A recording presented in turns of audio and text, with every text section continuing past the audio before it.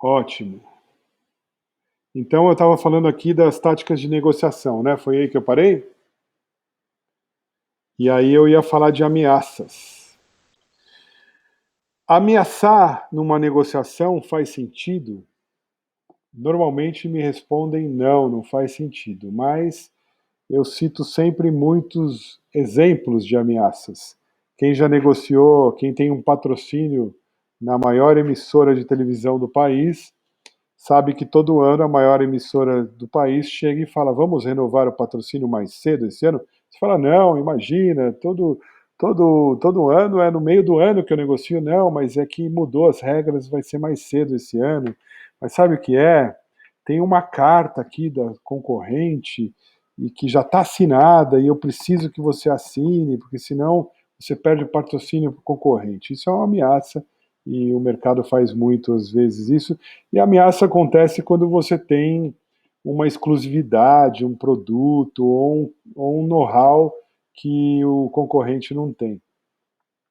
O Google mesmo, quando chega a épocas sazonais, como por exemplo na educação, tem a divulgação da nota do Enem, que é uma verdadeira piracema estudantil, estudante querendo fazer matrícula em universidade a rodo na internet. O Google fala: nessa época eu vou fazer o War Room, eu vou destinar um técnico excelente que vai te ajudar a customizar a plataforma para a tua performance ser grande, eu vou gerar um dashboard gratuito para você, mas só entra nesse War Room, nesse jogo do War Room com o meu suporte, quem investir tantos milhões nesse período de Enem. E aí, eu até vou te falar que alguns concorrentes seus já entraram, não posso falar o nome, quais são, mas uns dois já entraram, já fecharam comigo. Isso também é uma ameaça. Recusa em negociar. Ainda representando os meus amigos gaúchos, logo que eu peguei, entrei numa concorrência nas tintas Renners. E aí eu descobri a informação que a área de marketing queria muito trabalhar com essa agência. E de posse dessa informação, eu fui jogado para os tubarões de compras. E eu comecei a falar, dei 5% de desconto ali, já tinha dado 10%, ficou 15% de desconto, e eles me apertando que queriam 30%, que tinham outras agências que tinham chegado no preço. E eu falei: olha, infelizmente a gente tem uma maturidade de agência que eu não posso pegar um projeto com um valor melhor, porque vai prejudicar a qualidade da minha entrega, que eu vou ter que colocar mão de obra júnior. E eu não pego o projeto assim, porque a gente preza pela qualidade. É por isso que a gente chegou onde a gente chegou. Muito obrigado. Eu agradeço o convite pela concorrência, mas a gente está fora.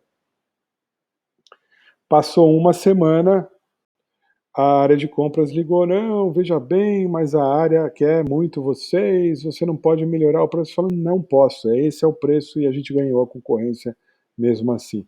Então, quando você tem um diferencial competitivo muito grande, ou quando você percebe que existe um desejo de trabalhar com a tua agência, você pode dar umas peitadas na área de compra e fazer umas recusas, né?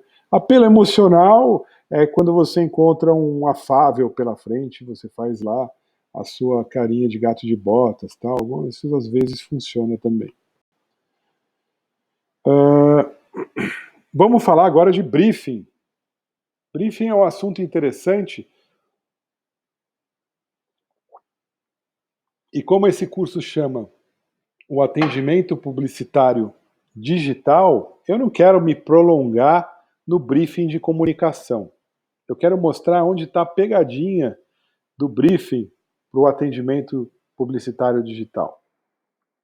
Então, o briefing é a palavra do inglês que significa resumir, fazer uma apresentação sumária de alguma coisa. Eu achei também essa outra definição aqui, que eu gosto bastante, que é o propósito do briefing pode ser estabelecido como uma forma de organizar a passagem de informação certa das pessoas certas para as outras pessoas certas, na hora certa, de maneira certa, pelo custo certo.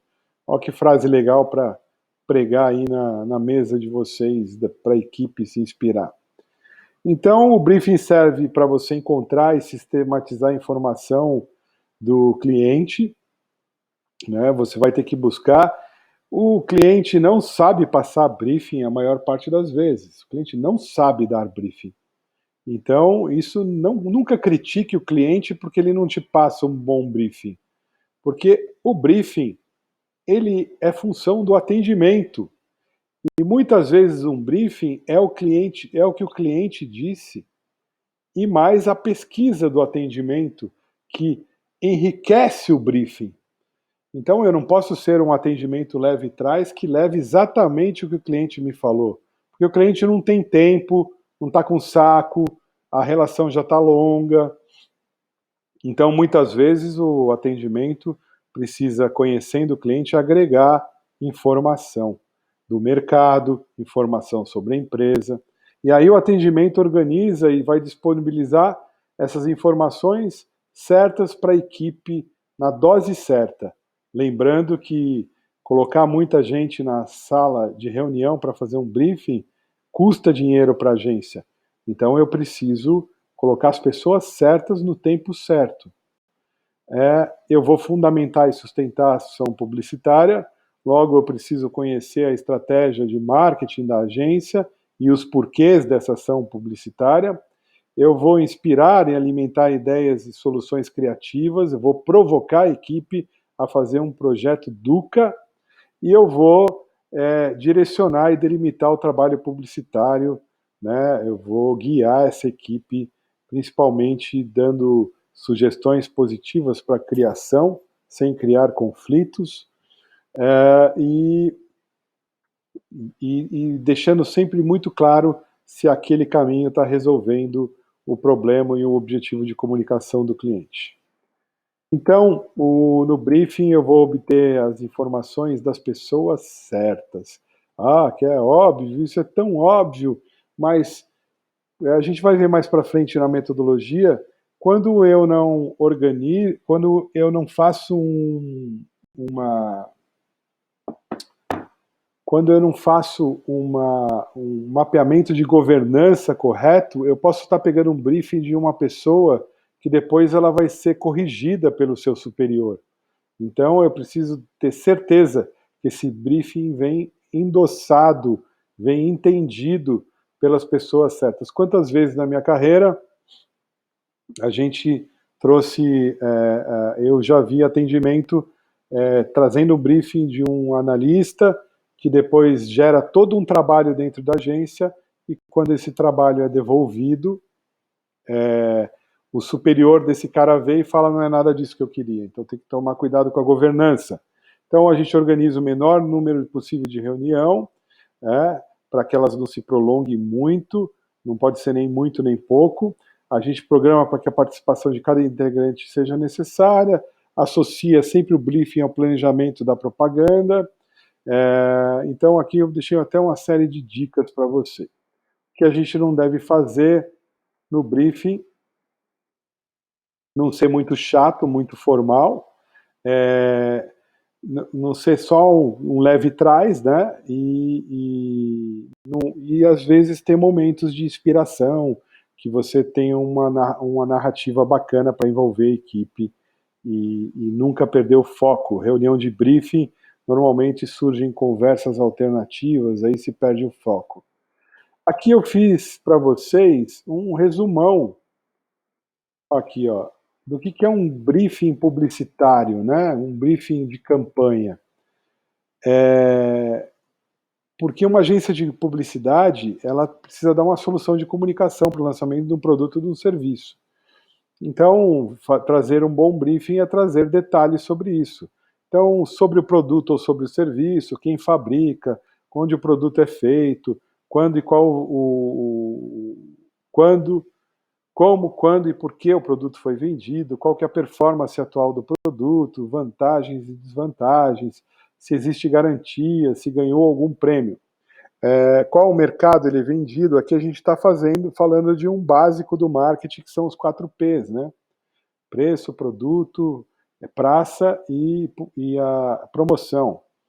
quais foram as mensagens anteriores de publicidade, quem são os concorrentes, ver a propaganda dos concorrentes, quem são os seus consumidores, os targets, se já existe alguma persona criada, né?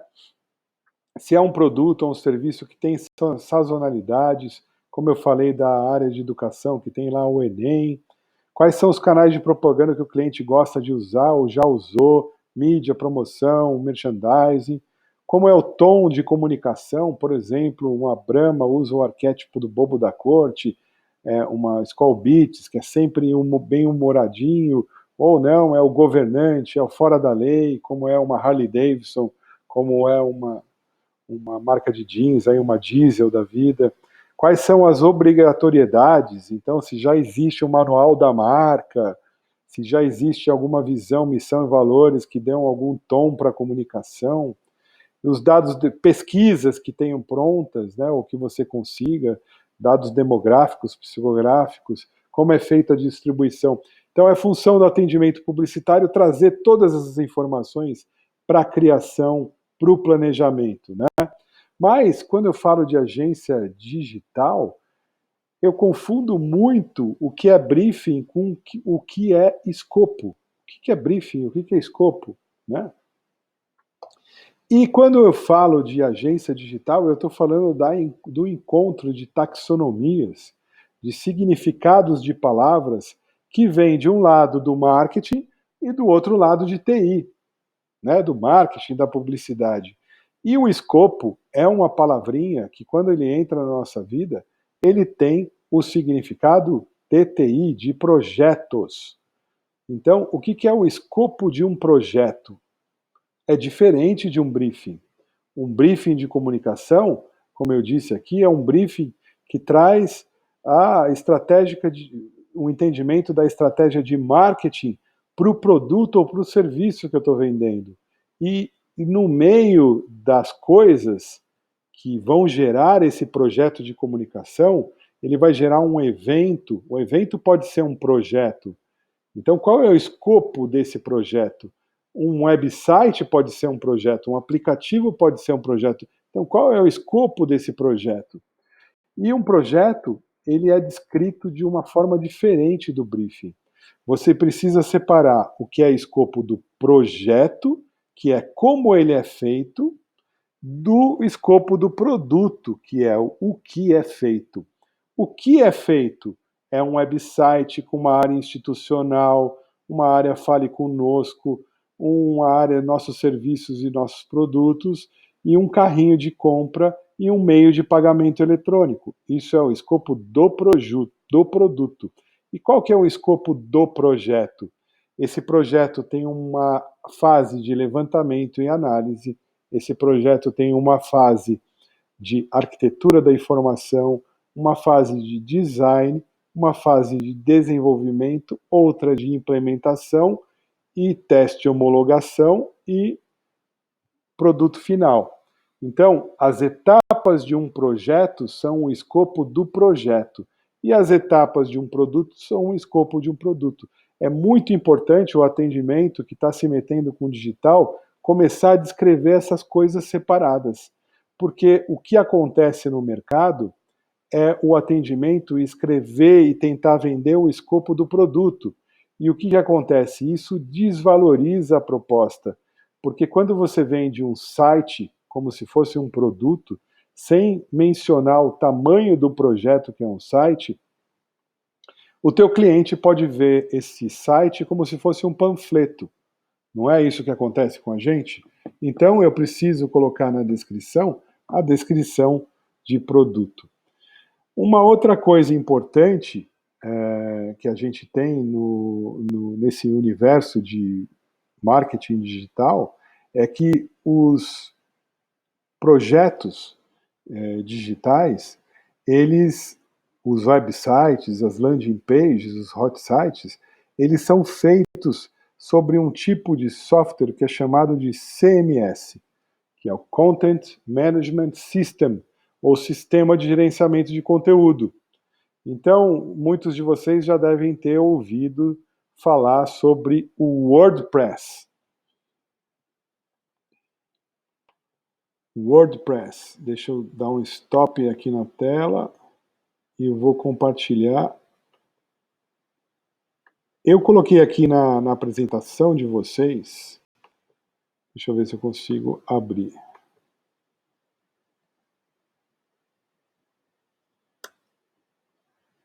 Este site, vamos compartilhar a tela aqui.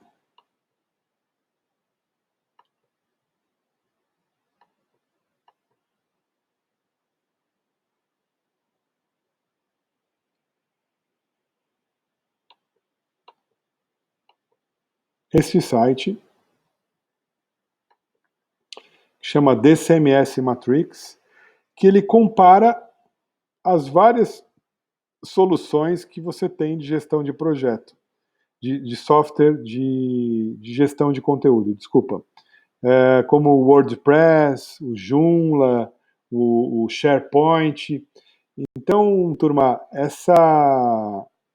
esse tipo de momento na nossa carreira, em que eu vou vender um website no projeto, eu preciso perguntar se o cliente tem alguma preferência por plataforma de gestão de conteúdo. Eu preciso perguntar para a minha agência se a minha agência quer que eu recomende alguma. Por exemplo, por que isso é importante? Porque precisa de mão de obra para tudo. Então, normalmente eu faço o teu site em WordPress, que é o mais comum.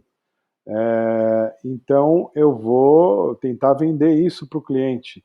Ah, mas o cliente tem uma plataforma de gestão de conteúdo da Microsoft, o SharePoint. Então a agência vai ter que buscar no mercado parceiros para produzir essa plataforma. Então, sempre que pintar na carreira de vocês a venda de um website, é importantíssimo. Uma das primeiras coisas que vocês perguntem é sobre qual é a plataforma de gestão de conteúdo que você quer. Ah, eu não sei. Ah, eu posso sugerir? Porque isso, por incrível que pareça, eu tenho um case, Votorantim celulose e papel, ganhamos uma concorrência e na nossa proposta estava escrito que a gente ia entregar o site deles em WordPress. Aí eu pedi para o gerente de projeto também colocar isso no plano de projeto, sempre tudo formalizado. Desenvolvemos lá 3, 4 meses o grande portal novo da Votorantim Celulose e Papel, lá em WordPress, se eu não me engano era WordPress. E quando a gente foi implementar, a área de marketing não tinha envolvido a área de TI. E a área de TI falou assim: olha, meus amigos, não temos servidor de WordPress na empresa, então vocês precisam desenvolver tudo de novo numa outra plataforma .NET, não PHP. Era um problema assim. E a gente falou, como assim? 4 meses de equipe dedicada, o marketing tentou até empurrar para a gente. Aí eu mostrei os documentos de projeto e a proposta comercial assinada, e no final o TI cedeu e o projeto foi em WordPress mesmo. Então esse é um assunto importantíssimo. Vamos parar por aqui hoje, porque eu acho que esse negócio aqui requer um pouquinho mais de cuca fresca. Amanhã a gente está no finalzinho, a gente acaba esse módulo que a gente ainda vai falar de benchmark, né, de como fazer um benchmark. Vamos falar de perdas de profit and loss, né, de P&L, e depois a gente já vai para o planejamento estratégico de contas, que é a metodologia que vai ajudar vocês a fazer esse planejamento. Então amanhã é uma noite para a gente tentar avançar bastante nesse módulo de planejamento estratégico de negócio, e vamos nos despedir com uma perguntinha sobre o tema. Eu gostaria que vocês dividissem a experiência comigo de algum projeto que envolveu algum site que deu confusão ou que foi bem sucedido. Quem se habilita? Eu tenho certeza que alguma de vocês tem alguma história para me contar sobre isso. A Débora já desbloqueou o documento, o microfone. Eu desbloqueei quando estava ouvindo a pergunta, mas de site eu não tenho, não. Não, podem aparecer no vídeo aí, turma. Esse é o momento que a gente se vê antes de falar boa noite. Eu não estou conseguindo ligar o meu vídeo, não sei porquê. Tá. Vamos lá, Maria Fernanda, Camila, Marcela, vocês já tiveram algum website na tua vida para entregar? Sim, eu estou com um website aí, inclusive, em Conta essa andamento. história, Camila. Assim, a gente não tem um programador dentro da agência, a gente cria o layout, então é um problema, porque a gente, teoricamente, é uma agência on e off, vamos chamar assim, porque né, é mais do que isso, na minha visão. E a gente não tem um programador dentro da agência, isso é um dificultador do processo. Então, a gente cria o layout internamente, o nosso diretor de criação, que não tem tanta experiência em web design, design de sites, mas um pouco ele tem, que ele trabalhou numa agência digital aqui de Belo Horizonte. Então, ele criou isso e a gente passa para o programador fazer a programação. Mas isso é uma coisa complexa demais. O programador, ele não entende a linguagem, ele fala que o que a gente criou e o que o cliente aprovou não pode fazer, esse botão aqui não vai funcionar, você tem que mudar para aquele lá, o menu assim não vai ser funcional, é sempre uma dor de cabeça. Fazer site, para mim, é um terror. Não consigo, não gosto. A hora que você começou a falar de site, eu falei, ai meu Deus, será que eu vou aprender alguma coisa nova para me fazer tirar essa ideia de que eu não gosto de fazer site? Tá. Porque alguém fala comigo assim, tem um projeto de site, eu já quero chorar, só derramar lágrimas. Fala, então, não quero. Eu acho assim, infelizmente, eu vou te dar a notícia que você não vai se livrar dos websites. Eles vão continuar aparecendo na tua vida e, inclusive, vão continuar aparecendo com outros nomes, como landing page, hot site, né? Mas sim, eles aparecem. O website, as redes sociais, talvez o teu projeto possam substituir a presença do website, mas o website é um repositório de informação importante para as marcas, para a estratégia das marcas. Ele não é o principal meio de interação mais, ele perdeu isso para as redes sociais, mas ele é uma mídia. Quando a gente fala das mídias digitais, você separa ela em 3 tipos de mídia que você precisa diagnosticar para os seus clientes. A mídia ganha, a mídia paga e a mídia própria. E o website é das coisas do seu acervo de mídia própria, que vai servir principalmente para o teu cliente ganhar projeção na busca orgânica dos mecanismos de busca. Então, um site com muito conteúdo, com conteúdo bem feitinho, um conteúdo que é muito alimentado, além do, assim, você precisa, eu vou conquistar você em relação à tua relação com o website até o final do curso. Porque o website, ele é um gerador de receita para a agência. Um website, ele precisa ter manutenção, ele precisa ter conteúdo frequente para indexação orgânica. Então, ele vai trazer o que você precisa fazer na tua agência é ter um bom parceiro de website, não tentar internalizar. Aliás, todas as agências precisam ter uma área que se chama parcerias e trabalhar esse tema de parcerias com mais seriedade e com mais formalidade, porque o que uma agência precisa ter não é uma equipe de desenvolvimento de site, às vezes, é um bom gerente de projetos que gerencie bons parceiros, né? Porque o teu carinha da TI, o teu programador, ele não vai conseguir fazer tudo. Ele vai conseguir fazer hot sites, landing pages. Se você dá um projeto para ele sozinho, grande, ele pode pedir demissão no meio do projeto, é um risco grande para a agência. Então, você trabalhar uma estrutura de ter parceiros verticais, e mesmo porque uma agência nunca consegue ter todos os tipos de desenvolvedores possíveis, o do SharePoint, do WordPress, o do Joomla, o do Python, é muita gente. Então o que eu preciso ter é uma área que gerencia esses carinhas, né? E agora, quando eu vendo um website, o que é importante vocês perceberem é a preocupação em que plataforma de gestão de conteúdo ele vai ser feito. A Marcela não está acostumada com isso, mas esse é um tema, Marcela, que anota essa pergunta e traz para as pessoas. Que plataforma de gestão de conteúdo o site vai para te livrar de um monte de encrenca. Já anotei. Importantíssima, com estrelinhas aqui. E separa a história do projeto do website do escopo do website. O escopo do website, do produto, é o que ele vai ter. Ele vai ter uma home, área, quem somos, o que fazemos, produtos e serviços, e fale conosco. Isso é o produto. Qual o trabalho que dá esse site? Ele tem levantamento e análise das informações, ele tem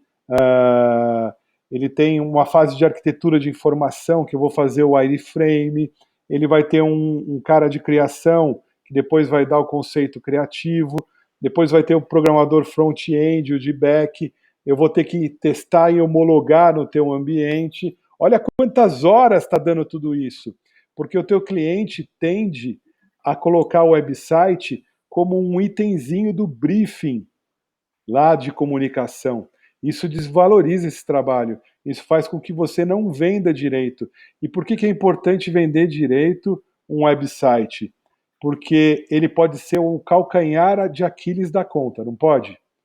Você faz uma campanha linda, maravilhosa, todo mundo pronto, o evento pronto, o comercial de televisão pronto, mas normalmente o website é a plataforma receptiva, que recebe os clientes. E aí você não entregou o website, e aí você perdeu a conta. Eu já vi isso acontecer, turma. Eu já vi crise de relação de agência acontecer porque a agência não entregou um hot site de uma campanha que ia provocar em rede nacional os usuários para mandar lá uma ideia para o produto. E aí o website não foi para o ar. Então, por isso que nessa parte do corpo, onde eu explico e dou lá uma formulinha de bolo para vocês trazerem um bom briefing, eu destaco a importância dos projetos digitais dentro do briefing, que na verdade não são briefings, são escopos. Legal? Demais, estou precisando dessa parte aí. Vamos, amanhã a gente continua falando um pouquinho mais disso. Obrigado mais uma vez. Hoje nós não acabamos com os 4 elementos, acabamos de uma maneira séria, tensa, falando de website. A gente volta a falar amanhã de website e amanhã a gente vai aprender a planejar uma ou mais contas para vocês vão ver como vocês vão organizar a cabeça de vocês e quando vocês começarem a mostrar isso dentro da agência, é até perigoso, viu, turma? Porque uma vez eu mostrei numa agência um planejamento de negócios de uma conta que eu provoquei a gerente de planejamento, ela achou que eu estava fazendo planejamento estratégico de comunicação. Eu falei, não estou, eu estou mostrando como os negócios vão evoluir ali dentro, que é uma coisa que ela não fazia. E aí eu criei um inimigo nessa agência, que era a VP de planejamento. Olha só, a informação é tão importante que até quando você faz ela bem feita, se você não for humilde e não dosar, você pode ameaçar certas áreas aí.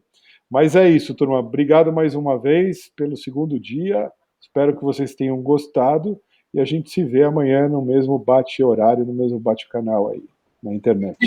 Tchau. Boa noite. O material vai estar ali no grupo? O material a escola pode dar. A Ana caiu. Não, ela está aqui, né, Ana? Dá um joinha aí, Ana. Tá me ouvindo?